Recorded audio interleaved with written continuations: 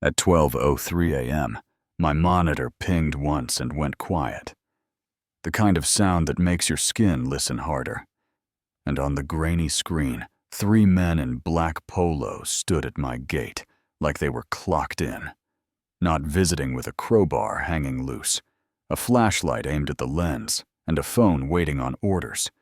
Just off frame, a charcoal crossover crouched in the junipers. And I knew that silhouette. Lydia Bray's Ride the Vista Sereno HOA queen, who'd been perfuming my mailbox for weeks. So I reached for the floodlights, hit the switch, and the yard went white as lightning, while those men scrambled like roaches. Tires spitting gravel, crossover, easing back like a teacher pretending she hadn't started the fight. I picked up the crowbar, felt the weight set it where camera 2 could read the scratches like a book. And in that quiet that follows, adrenaline, a simple truth settled in my chest. This wasn't the end. This was the bell. 6 years earlier, I'd taken Navy CB paychecks and bought 83 acres on the dry side of the Sangre foothills. Nothing glamorous, red dirt that stains your boots, juniper and pinyon, chewing the wind, a windmill. Blade rusted to prayer. I pounded 2.6 miles of T-posts welded wire till my knuckles split dead. A new wellhead, a solar pump filled the back pasture with Spanish goats, and one opinionated donkey named Clover, who thinks she outranks me.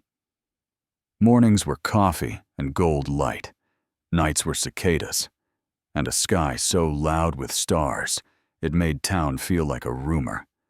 And then the envelope started. Dear Resident Visual Harmony, Community Standards, Non-Standard, Fence, Disruptive Odor. You know what I mean, the paper kind of power that thinks cursive equals authority. I burned the first letter, kept the rest because paper trails matter.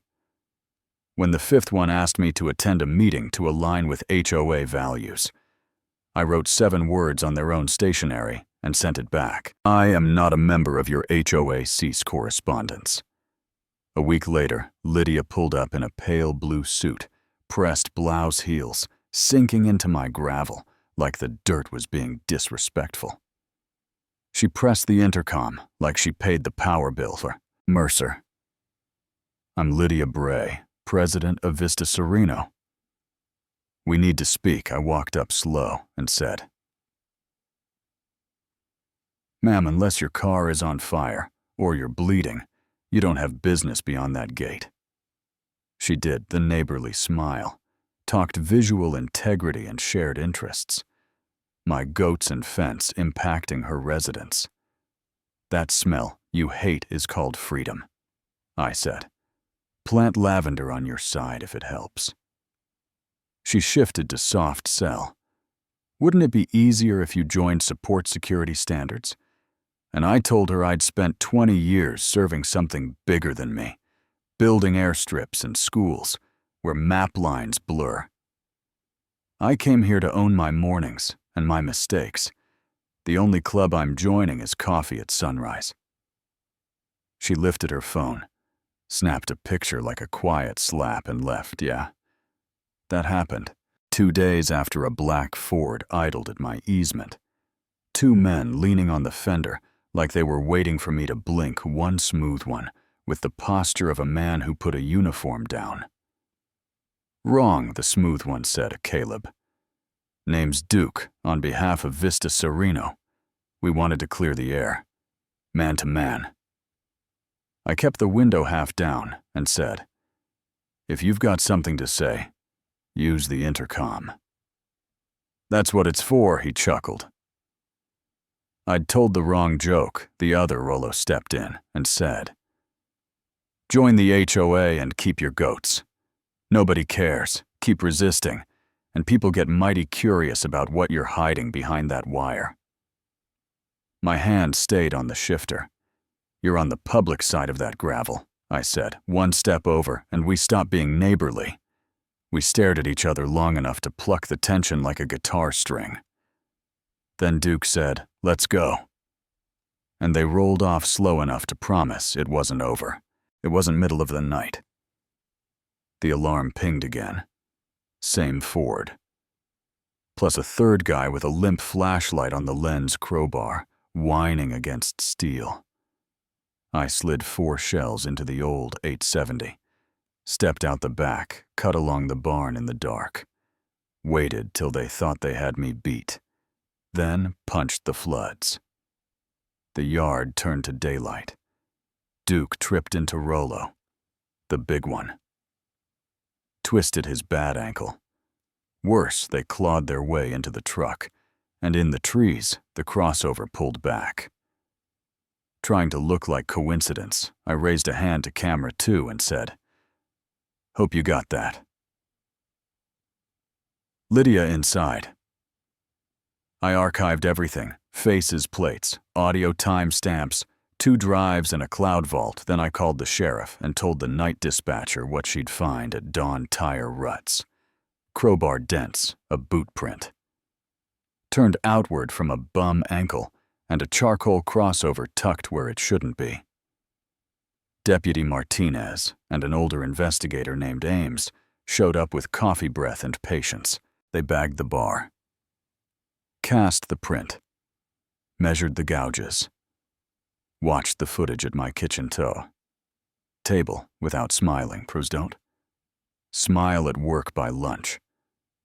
They asked me to come in and walk it again. Protocol. And that's where the twist landed, in a fluorescent room with a recorder on the table. They slid a folder my way. Lydia had produced a legacy boundary agreement from 1998, saying my eastern fence shared HOA jurisdiction and that her security volunteers were doing a routine assessment. I had escalated by brandishing a firearm. You know what I mean? Spin it till the paper gets dizzy.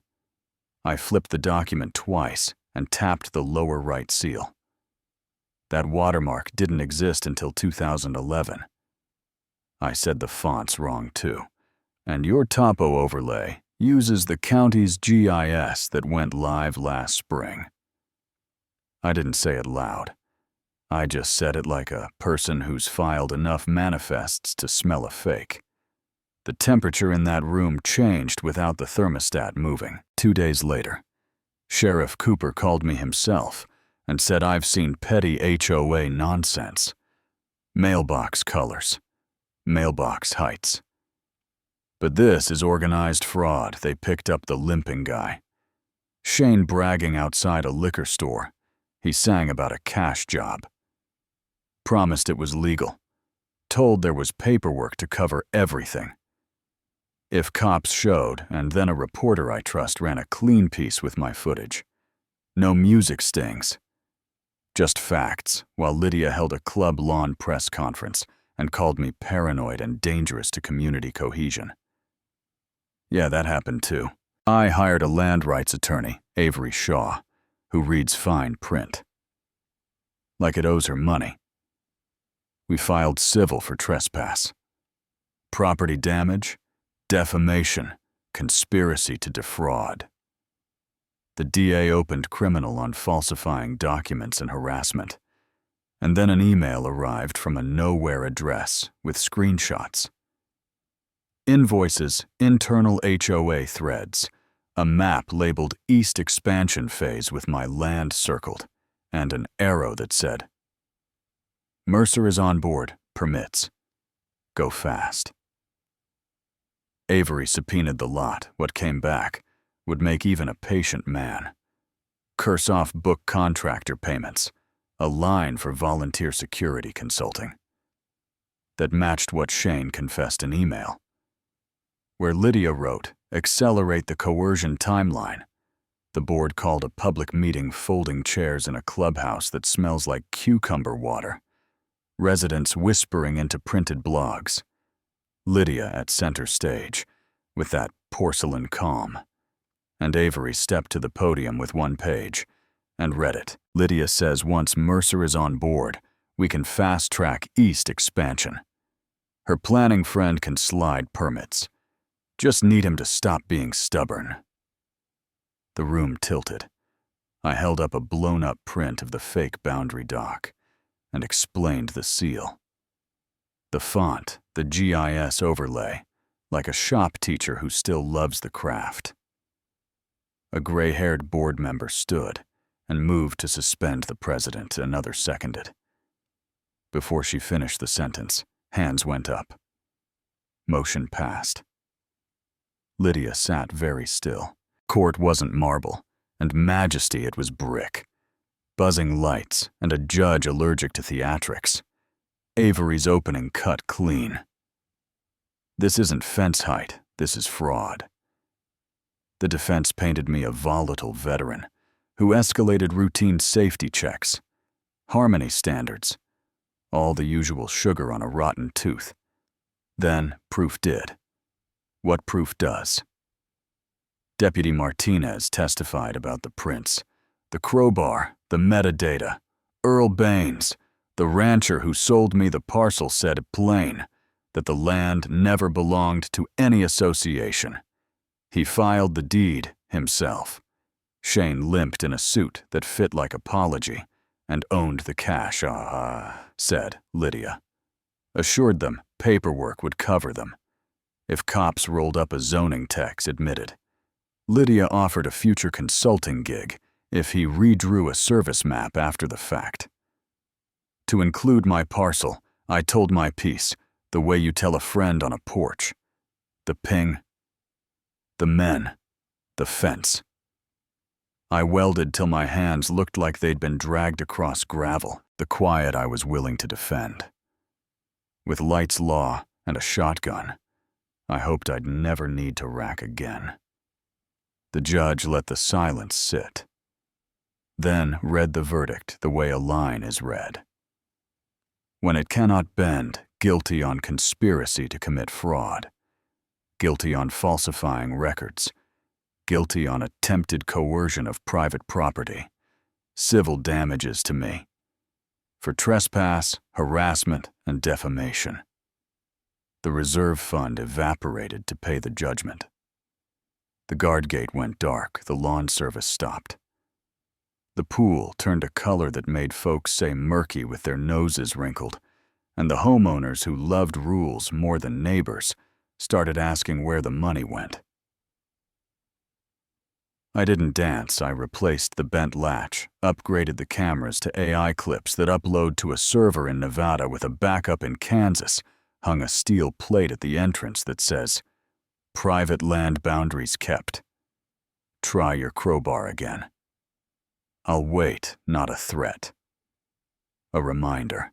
A month later, I stood under bad hotel lights at a landowner rights meeting in Albuquerque and talked about the kind of peace that only survives because somebody is willing to hold the line back home.